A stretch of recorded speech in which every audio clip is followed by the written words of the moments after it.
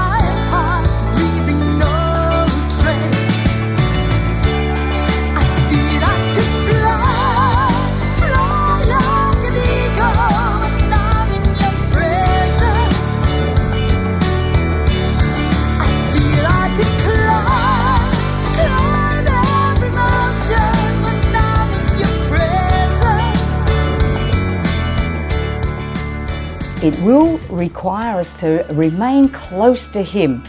It's a time to wash away the disappointments from the years of delay and not carry them into the new season. Hope deferred makes the heart sick, and we must throw these things off so that we can move forward with great expectation. Walk into the new season with confidence that God is on the move. It's time to turn off the external voices that fill you with fear. It's time to stay close to the one who loves you. Stay close to His word. We can continue to thrive even if the season is tough, but we must lay down those disappointments that will try and keep us grounded. Just as God caused Joseph to have favor and prosper as a slave and even in prison, He can cause you to have favor. It's time to rise up, rise above those things we see around us and see heaven's perspective and speak those things into being. Faith is the force, and it only comes from God. Faith is the force, and it only works by love. To receive, you must believe that you have what you don't see.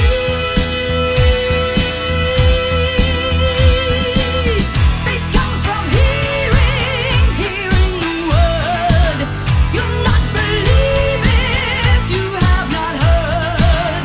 Faith is believing what God has said. Comes from the heart, not from the head. Trust what God says when He speaks to you.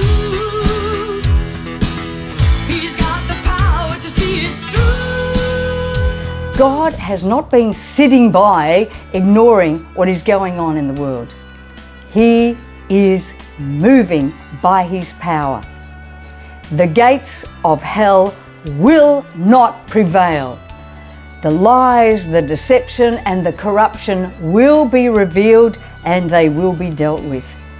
It's time to speak into the atmosphere God's plan, His will, because nothing is stronger than the Word of God. It is a time of receiving God's revelation on what is going on and live with no fear, no lack. The prayers that you have been praying have not gone to waste. They have been stored up and are about to be poured out, and they will bring change. In this coming season, we will see change. We will see abundance where there has been lack. That's why we cannot face the year with fear, but with faith. Darkness disappears.